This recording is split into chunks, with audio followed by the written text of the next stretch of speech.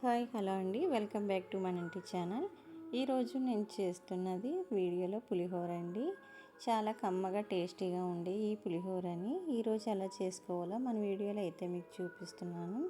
చాలా చక్కగా టేస్టీగా ఉండి గుడిలో పెట్టే ప్రసాదంలో అయితే కమ్మగా ఉండే ఈ పులిహోరను ఈజీ మెథడ్లో కేవలం ఫ్రైడ్ రైస్ చేసుకునే అంత ఈజీగా ఎలా చేసుకోవాలో అయితే మీకు ఇవాళ మన వీడియోలో అయితే చూపిస్తున్నాను.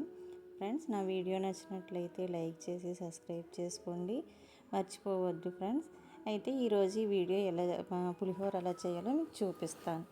ఫస్ట్గా ఒక బౌల్లో ఒక గ్లాస్ బియ్యం అయితే తీసుకొని శుభ్రంగా నీళ్ళు వేసి బియ్యాన్ని అయితే బాగా కడుక్కోవాలి. కడుక్కున్న బియ్యాన్ని మనం పొడిగా అన్నం వండుకొని ఇలా ఓ పళ్ళెంలో అయితే అన్నాన్ని చల్లారబెట్టుకొని పక్కన పెట్టుకోవాలి. ఇలా పొడిగా ఉన్నప్పుడే అన్నం అయితే మనం దించేసుకోవాలి. ఇప్పుడు ఓ ప్యాన్ తీసుకొని మనం పల్లీలను జీడిపప్పును అయితే చక్కగా ఎర్రగా వేయించుకుందాం.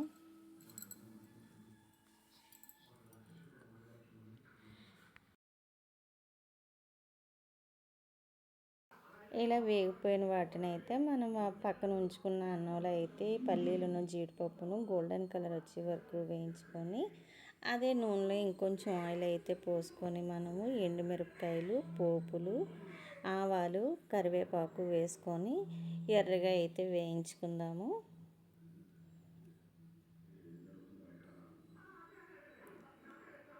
చాలా సింపుల్గా చేసుకోవచ్చండి. ఇందులోనే కట్ చేసి ఉంచుకున్న 4 పచ్చిమిరపకాయలను కూడా వేసేసుకోవాలి.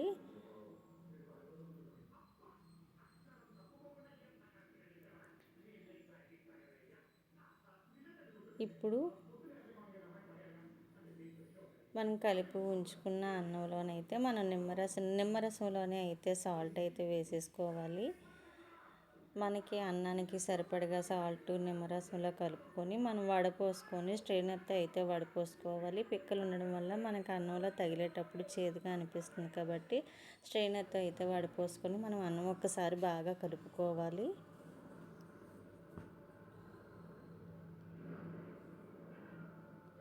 మనకు పులిహోర బాగా కుదరాలి అంటే మనం రైస్ వండుకోవడంలోనే ఉంటుందండి.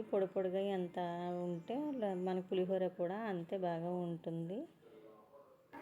ఇప్పుడు మనకి పోపు వేగుతున్న టైంలోనే మనం ఇందులో పసుపు కూడా వేసుకొని పచ్చివాసన పోయేలాగా కొంచెం ఆయిల్లో అయితే పసుపుని వేగించుకోవాలి.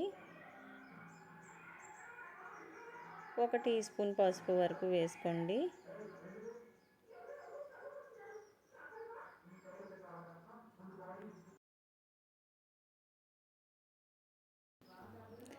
రైస్లో నిమ్మరసం వేసుకున్నారు కదా, 3 నిమ్మకాయలు అయితే రసం పిండి వేసుకుంటే సరిపోతుంది.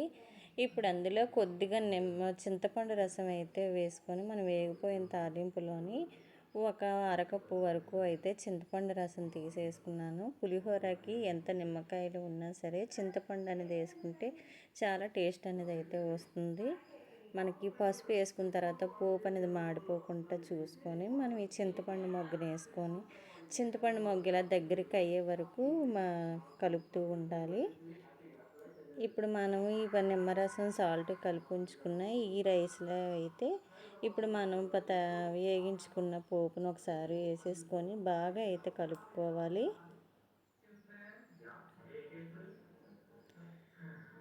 ఈ పులిహోరకి కుదిరితే మీరు నువ్వుల నూనె వాడితే చాలా టేస్ట్ అనేది అయితే వస్తుంది.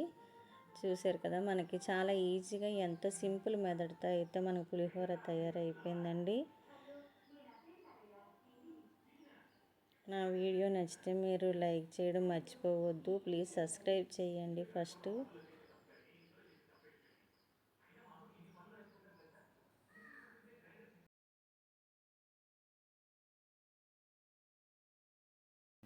అంతేనండి పులిహోర చేయడం.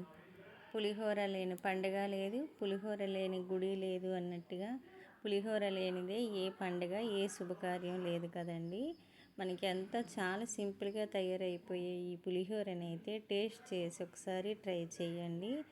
ఎలా ఉన్నదనేది నాకు ఒకసారి కామెంట్లో అయితే చెప్పండి. ఈ వాసనకి చూస్తేనే నోట్లో నోరూరేటట్లుగా ఉన్నాయి. ఈ కమ్మనైన పులిహోర అయితే మీరు కూడా టేస్ట్ చేసేయండి. Thank you for watch.